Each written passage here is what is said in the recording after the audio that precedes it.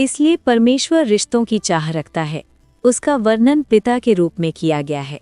वो हम विश्वासियों को अपने बेटे बेटियों और अपने परिवार का हिस्सा मानता है। बाइबल में लिखा है कि समय समय पर वार्तालाप करने हेतु उसने भौतिक शरीर धारण किया। धर्म विज्ञानी इसे एपिकेनी कहते हैं। उदाहरण मूसा, निर्गमन अध्याय 33-34। वो सर्वशक्तिमान है।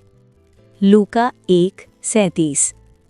क्योंकि जो वचन परमेश्वर की ओर से होता है, ये प्रभाव रहित नहीं होता।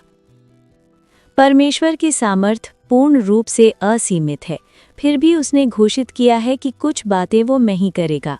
वो कभी अविश्वास योग्य नहीं होगा, कभी झूठ नहीं बोलेगा, कभी प्रेम करना बंद नहीं करेगा।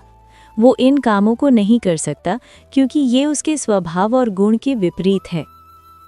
परमेश्वर हर समय सर्वशक्तिमान है। उसकी सामर्थ्य उसके वचन से मुक्त होती है। परमेश्वर की सर्वशक्तिमानता उसके वचन में प्रकट है। इब्रानियों 4:12।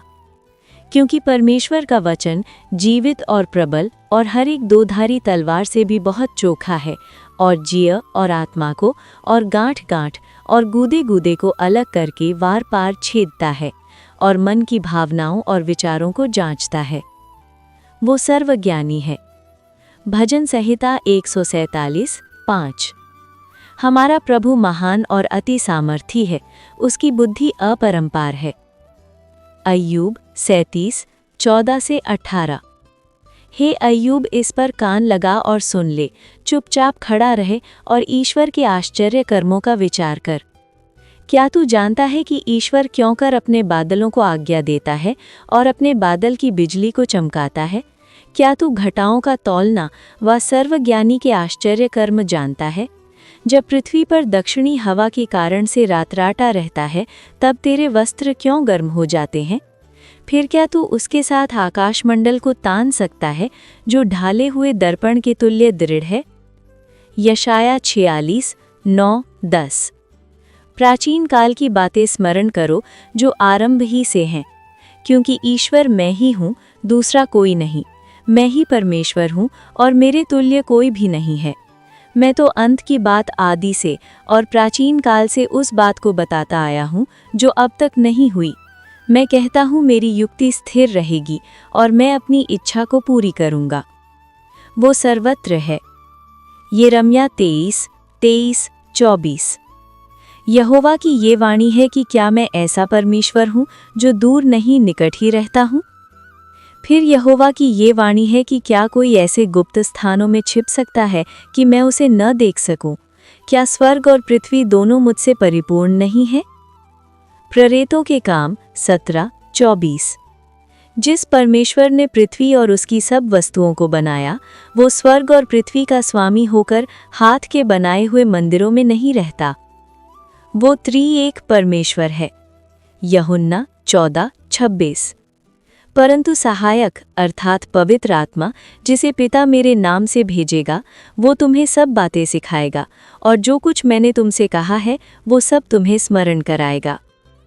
परमेश्वर कैसे त्रिएक है, इसका सुनियोजित स्पष्टीकरण न देते हुए बाइबल इसे तथ्य के रूप में प्रस्तुत करती है। परमेश्वर पिता, परमेश्वर पुत्र, परमेश्वर आत्मा सभी सनातन, समान और आराधना के योग्य है। ईश्वरत्व का प्रत्येक व्यक्ति एकता में और अविरोध एक के रूप में काम करता है। भजन संहिता 104:30। पिता ईश्वरत्व के बुद्धि का प्रतीक है, वो कल्पना करता है। पुत्र ईश्वरत्व के अधिकार का प्रतीक है, वो आज्ञा देता है। आत्मा ईश्वरत्व की सामर्थ्य का प्रतीक है, ये उत्पन्न करता है। फिर तू अपनी ओर से सांस भेजता है और वे सिरजे जाते हैं और तू धरती को नया कर देता है। अय्यूब 33:4। मुझे ईश्वर की आत्मा ने बनाया है और सर्वशक्तिमान की सांस से मुझे जीवन मिलता है। यीशु और पवित्र आत्मा का आना। मत्ती 3:16-17। और जब यीशु बपतिस्मा लेकर तुरंत पानी में से ऊपर आया, तब देखो उसके लिए आकाश खुल गया और उसने परमेश्वर की आत्मा को कबूतर के समान उतरते और उसके ऊपर आते देखा। और देखो, ये आकाशवाणी हुई, ये मेरा प्रिय पुत्र है जिससे मैं अत्यंत प्रसन्न हूँ। पिता पुत्र पवित्र आत्मा। यूहन्ना 16:15। जो कुछ पिता का है ये सब मेरा है, इसलिए मैंने कहा कि वो मेरी बातों में से लेकर तुम्हें बताएगा। यीशु सभी विश्वासियों के लिए पिता से प्रार्थना करता है। यूहन्ना 17:21।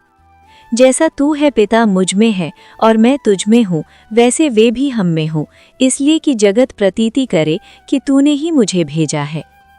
वो अनंत है। भजन संहिता 147:5। हमारा प्रभु महान और अति सामर्थी है, उसकी बुद्धि अपरंपार है।